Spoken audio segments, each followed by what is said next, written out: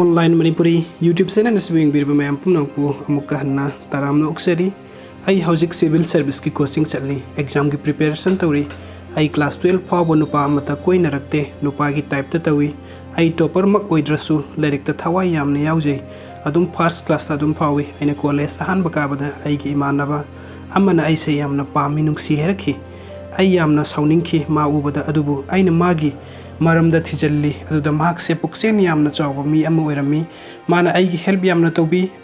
आईबु क्यार यामना लौरखी अदुबु आई माबु नुंसीबा फावरखी इबानी सही मरी मुक नुंसीनरबा मतुंगदा खंगहौदना यामना लैबक थीबा car accident अमदा लैखिद्रे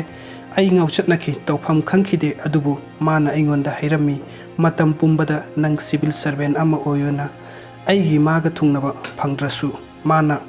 pamjarambado ai oigena khalli mayamna su prayer tobiyo aduga khangjin bada yamna kanagada wafam khara thamjage ahan bada thabuk tobi nupi laurabadi mahakna imung manung matam pumbagi oina yengchinba ngamloi haibase nupa singna khangbigadabani amadi imung manunggi manem makusingna su ubigadabani अनीसुब वफमद मतम पुंबद इमुंग यंगसिनगदबी अमदी मवा मपुरोइबबु सेवा निंगथीना तौगदबी नुपी लौरगना महागना इमुंगी पैसा तानबा ngamloi हाइबसेसु इमुंग मनुंगी मेयसिंगना खंगबिगदबनी अहुमसुबद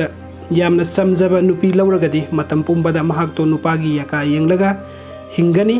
हाइबसेसु नुपासिंगना निंगसिंगबा फै मखोइगी थमोइ सोकना तौबा फत्ते मरीसुबद यामना मथौना लैबे नुपी लौरगदी महागना अपाम्बा मिडियंगी माइगैदा सत्नबा होनरकनी हाइबसी काउरोइदबनी मतम पुंबदा वाता नरगा अचुंबा वखलोंदा मिडियंग थंबीनबा अफबा ओइगनी मंगा सुबदा मसक मतौ यामना फजबे नुपी लौरगदी नुपादो खंबल चावबा खरसु थादोकपा फै हाइबसी काउरोइदबनी फजबबु पामदबा कलक्तबा मियोइ लेतबनी तरुक सुबदा खोंफम सेट कनबी नुपी सिंगदी थमोइ चाउथोकनी मिनुंगसी चाउगनी अदुबु मरिंग जेलदी योट तौना खागनी हाइबसे नुपासिंगना काउरोइदबनी मखोइगी मफमद सिंगनबा हंजिन हंजिन नाइहत्पीबा चुमलोइ तरेत सुबदा यामना पुकनिंग वखल नौथगनबी सोनथगनबी नुपी लौरबदी मतम सुपदा नुपादुना महाकु साउगतपी गदबनी हाइबसे नुपासिंगना काउरोइदबनी महाकना मतम पुंबदा नुंगाइथोकना नत्रगना वाना लेनबा नुपागी मखा पोलबनी नुपी खुदिंगमक परफेक्ट नते ईश्वरना सेमलकपदा नुपी खुदिंगी मगुनसु तोंगाली हाइबसी नुपासिंगना खंगबीरगा सुसिनना हिंगमिनबा होनगदबनी